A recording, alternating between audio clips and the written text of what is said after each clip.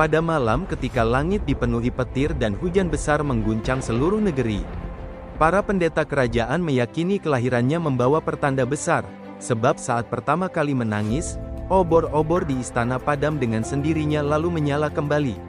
Sejak kecil Dharmawangsa menunjukkan kekuatan yang tidak dimiliki anak biasa. Pada usia 7 tahun ia mampu mengangkat batu besar yang tak sanggup dipindahkan para prajurit, dan ketika marah, hewan-hewan di sekitar istana berlarian ketakutan. Ayahnya, Prabu Jayamurti, berharap kekuatan itu kelak dipakai melindungi rakyat. Namun Dharmawangsa tumbuh dengan sifat keras, mudah marah, dan selalu ingin dipuji. Ia tidak suka bila ada orang lain dipandang lebih baik darinya, bahkan kepada adiknya sendiri, Pangeran Wijanarka, yang justru dikenal lembut, cerdas, dan disayangi rakyat. Semakin dewasa, rasa iri di hati Dharmawangsa berubah menjadi kebencian. Saat para penasihat kerajaan memuji kebijaksanaan Wijanarka, Dharmawangsa merasa tahtanya sedang direbut sebelum ia sempat duduk di singgasana. Suatu hari seorang peramal tua datang ke istana dan berkata bahwa kelak kerajaan akan dipimpin putra yang berhati bersih, bukan yang paling kuat. Dharmawangsa menganggap itu sebagai isyarat bahwa ayahnya akan memilih Wijanarka sebagai penerus. Sejak saat itu ia mulai merencanakan pengkhianatan. Pada malam sunyi ketika penjaga lengah, Dharmawangsa masuk ke kamar ayahnya dan menusukkan keris pusaka ke dada sang raja. Prabu Jayamurti wafat sambil menatap anaknya dengan penuh kecewa. Pagi harinya Dharmawangsa mengumumkan bahwa pemberontak telah membunuh raja dan ia bersumpah membalas dendam atas nama kerajaan. Dengan tipu daya dan ancaman, ia berhasil naik tahta. Wijanarka yang mengetahui kebenaran terpaksa melarikan diri demi menyelamatkan nyawa. Setelah menjadi raja, Dharmawangsa memerintah dengan kekejaman yang belum pernah terjadi sebelumnya. Pajak dinaikkan berkali-kali, rakyat miskin dipaksa bekerja membangun benteng dan menara perang, sementara desa yang menolak tunduk dibakar habis. Siapapun yang mengkritik kerajaan akan dipenjara atau dihukum mati di alun-alun sebagai contoh bagi yang lain. Para bangsawan tunduk karena takut, sedangkan rakyat hidup dalam kesedihan. Namun bagi Dharmawangsa, semua itu belum cukup. Ia ingin menjadi penguasa yang tak terkalahkan dan dikenang sepanjang zaman. Karena itu ia mencari Resi Kalaprakona, seorang pertapa hitam yang tinggal di Gunung Terlarang. Dalam gua penuh tengkorak dan api biru, Dharmawangsa menjalani ritual darah selama 7 malam 7 hari.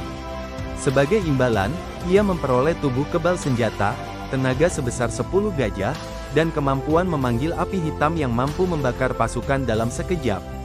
Tetapi sang resi memberi syarat bahwa kekuatan itu akan lenyap bila Dharmawangsa menumpahkan darah keturunannya sendiri.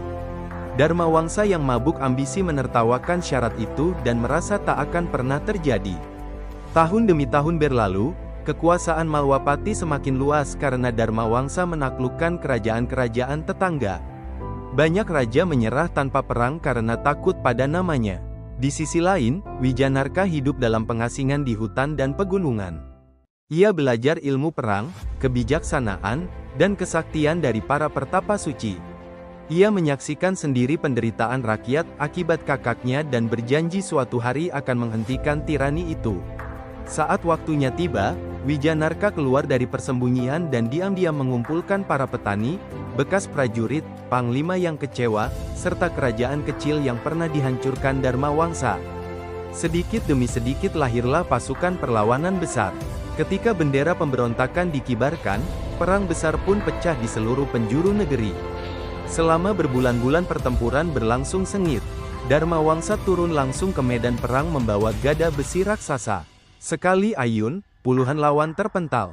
Api hitam yang dipanggilnya membakar benteng dan hutan. Banyak pasukan Wijanarka gugur, namun rakyat terus berdatangan karena mereka lebih memilih mati bertempur daripada hidup tertindas. Akhirnya ibu kota Malwapati berhasil dikepung.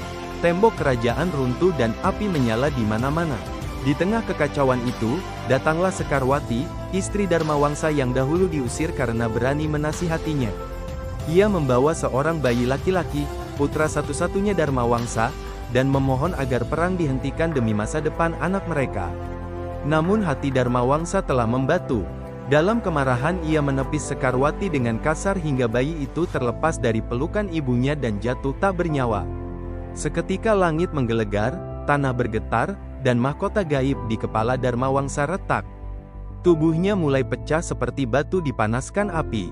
Resi Kalaprakona muncul dari asap dan berkata bahwa syarat telah dilanggar, karena Darmawangsa sendiri menyebabkan darah keturunannya tumpah. Kekuatan kebalnya lenyap, api hitam berbalik melukai tubuhnya, dan rasa takut untuk pertama kali muncul di wajah sang raja.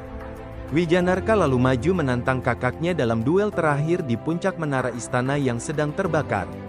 Pertarungan berlangsung dahsyat, gada besi menghantam lantai hingga pecah, tombak suci Wijanarka memercikkan cahaya, dan suara benturan terdengar ke seluruh kota.